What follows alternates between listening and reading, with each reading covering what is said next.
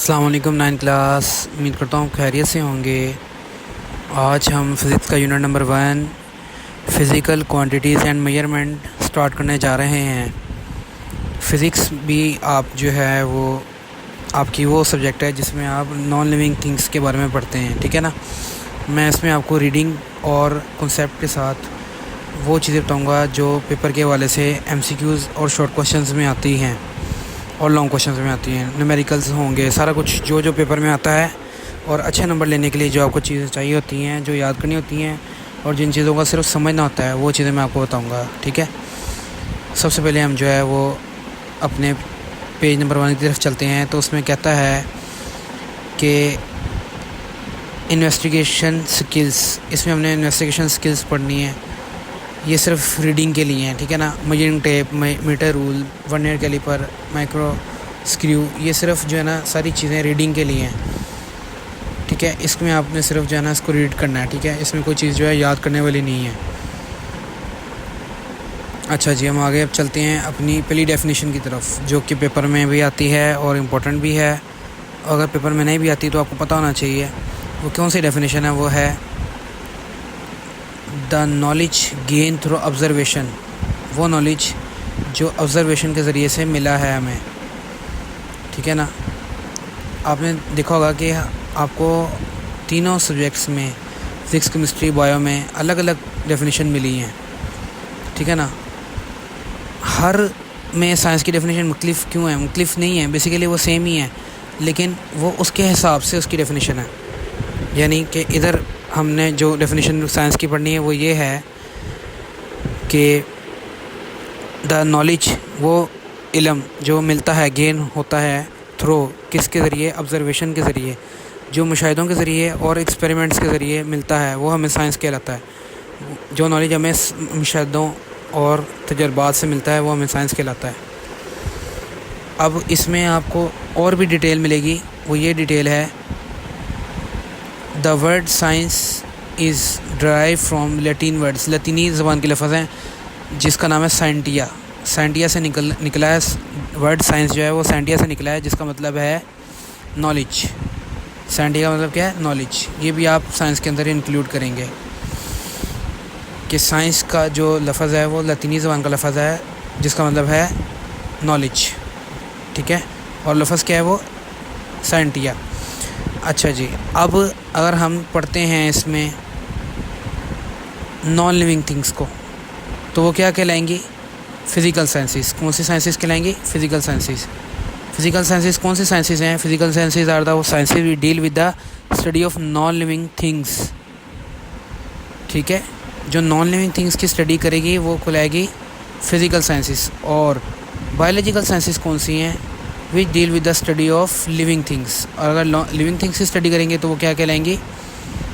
Biological sciences.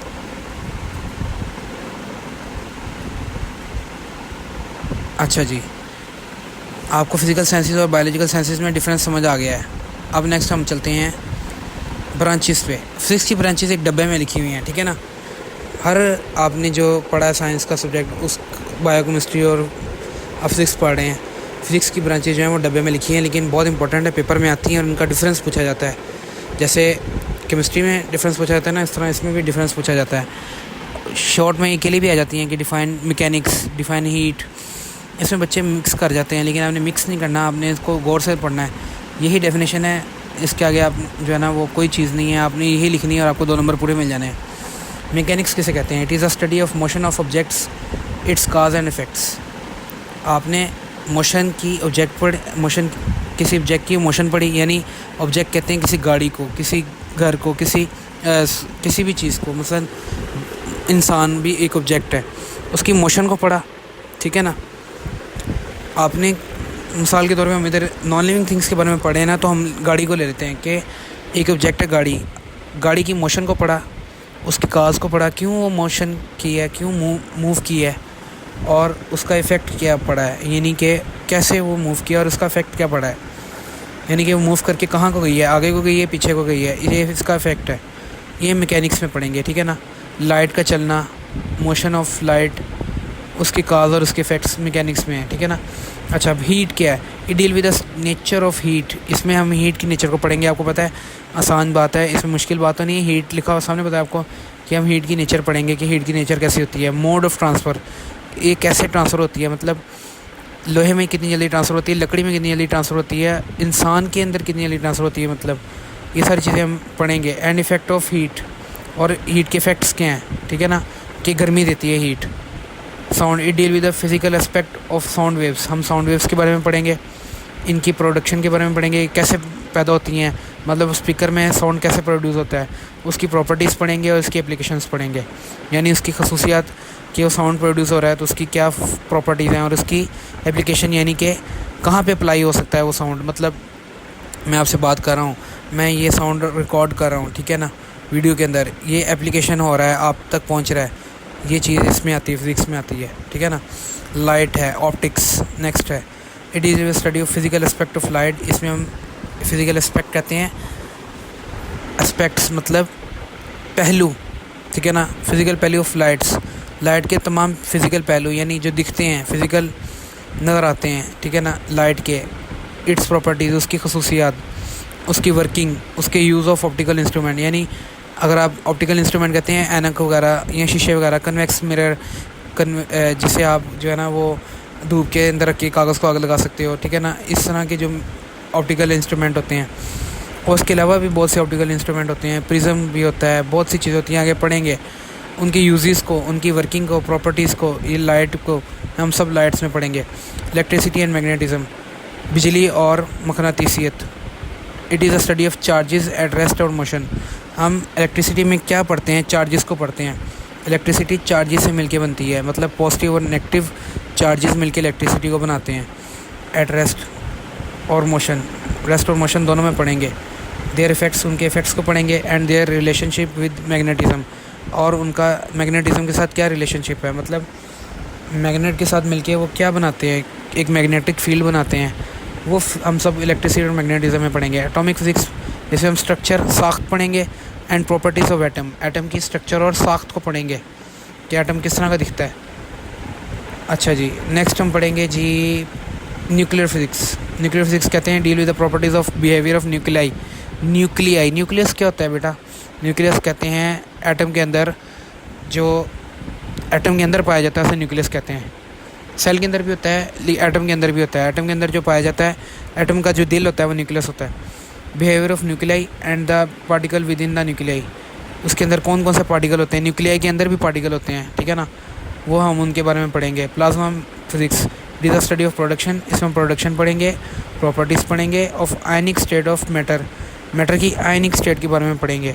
And the fourth state of matter, इसे fourth state of matter भी कहते हैं, मतलब मैटर की ना पहली 3 स्टेट हैं वो आप केमिस्ट्री में पढ़ेंगे। कौन कौन सी हैं, सॉलिड, लिक्विड, गैस, मतलब कोई चीज़ या तो ठोस में होगी या लिक्विड में होगी या हवा में होगी, इन तीनों के अलावा कोई चीज़ पाई नहीं जाती। आप एक मुशाहिदा करें, आप एक एक्सपेरिमेंट करें कि आप किस फॉर्म में हैं, आप इन तीनों फॉर्म में हैं। आपके अंदर हवा भी होती है, आपके अंदर लिक्विड खून भी है, आपके अंदर सॉलिड हड्डियाँ भी हैं। आप किसी भी चीज़ को उठा लें, वो सॉलिड होगी या लिक्विड होगी या गैस। अब एक चौथी स्टेट भी है दुनिया के अंदर, अल्लाह ताला ने बनाई है, फोर्थ स्टेट ऑफ मैटर, वो प्लाज्मा है, उसके बारे में भी हम पढ़ेंगे वो क्या है, ठीक है ना। Geophysics, it is a study of internal structure of earth, earth की स्ट्रक्चर के बारे में हम जो पढ़ेंगे वो जियोफिजिक्स में आएगा।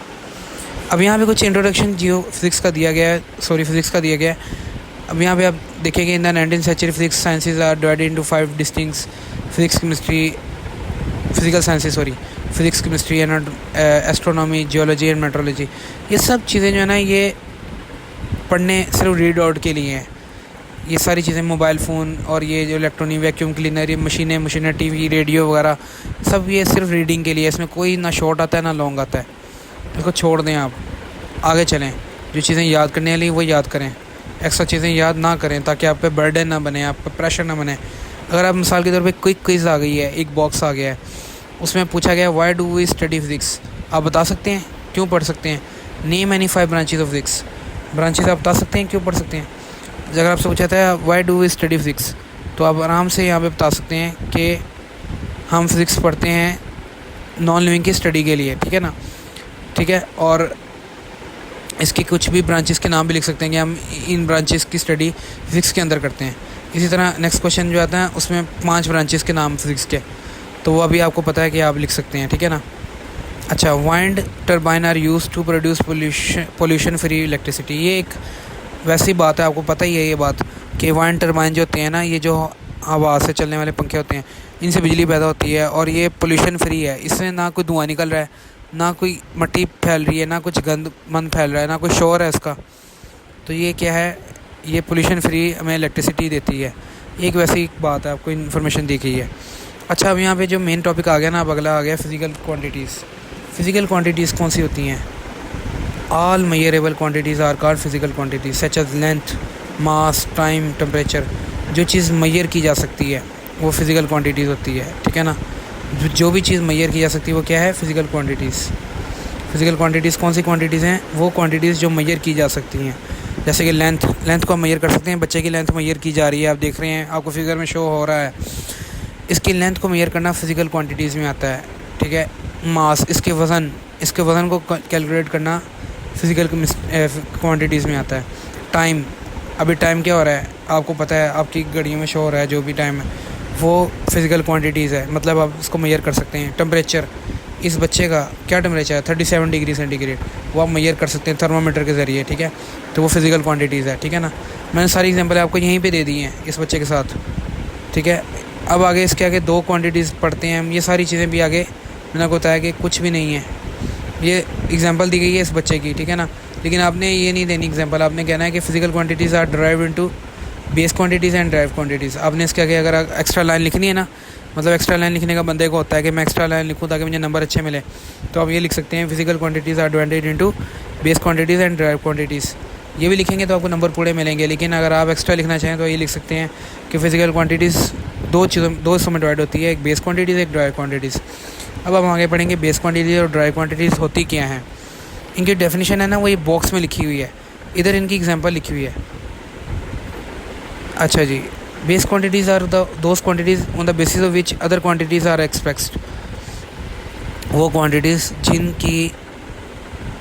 जिनके ऑन द बेसिस ऑफ, जिन पे दूसरी क्वांटिटीज़ एक्सप्रेस होती हैं। मतलब जैसा कि हम इसकी एग्जांपल लेंगे, टाइम, लेंथ, मास, ठीक है। अब 3 चीज़ें लिख लें सिर्फ। वैसे तो आप 7 याद करेंगे ना तो आपको आगे फ़ायदा होगा। मैं आपको बताऊंगा कहाँ पे फ़ायदा होगा, अभी आपको मैं नहीं बताता, बाद में आपको बताऊंगा क्या फ़ायदा है इसका। Electric current, temperature and intensity of light and the amount of substance. ये सारी चीज़ें, ये सारी एग्जांपलें इसकी है, ठीक है ना।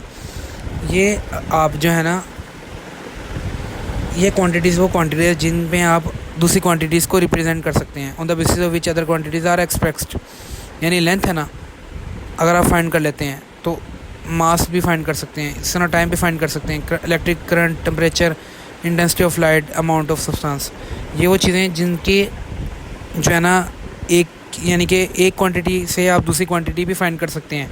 मतलब आपको एक चीज़ की लेंथ पता चल गई ना, तो आप उसको अप्लाई करते हुए उसका मास भी फाइंड कर सकते हैं। इन दोनों को यूज़ करते हुए आप टाइम का पता कर सकते हैं कि क्या टाइम हुआ होगा उस टाइम पे जब ये चीज़ हुई है। इसी तरह ये जो क्वांटिटीज़ हैं ना, इनका आपस में एक लिंक है। ये इससे एक क्वांटिटी फाइंड करने से आप दूसरी क्वांटिटी फाइंड कर सकते हैं। लेकिन अगर हम ड्राइव क्वांटिटीज़ को देखें ना, तो वो कौन सी क्वांटिटीज़ होती हैं? द क्वांटिटीज़ डेट आर, ये इसकी डेफिनेशन है, आपने याद रखना है। ये इसकी डेफिनेशन है, इसकी डेफिनेशन यहाँ पर है, ठीक है। डेफिनेशन यहाँ भी लिख देता हूँ मैं, ये इसकी डेफिनेशन है, ठीक है। ये इसकी डेफिनेशन है, यहाँ पे इनकी डेफिनेशन है और यहाँ पे इनकी एग्जांपल्स हैं, ठीक है। ये इनकी एग्जांपल्स हैं, ये डेफिनेशन है और ये इसकी एग्जांपल है। इसी तरह ये ड्राइव क्वांटिटी की डेफिनेशन है और ये इसकी एग्जांपल है, यहाँ पर है, मैं बताता हूँ अभी। 2 quantities that are express in term of base quantities, वो क्वांटिटीज़ जो बेस क्वांटिटीज़ को एक्सप्रेस करती हैं वो ड्राइव क्वांटिटीज़ कहलाती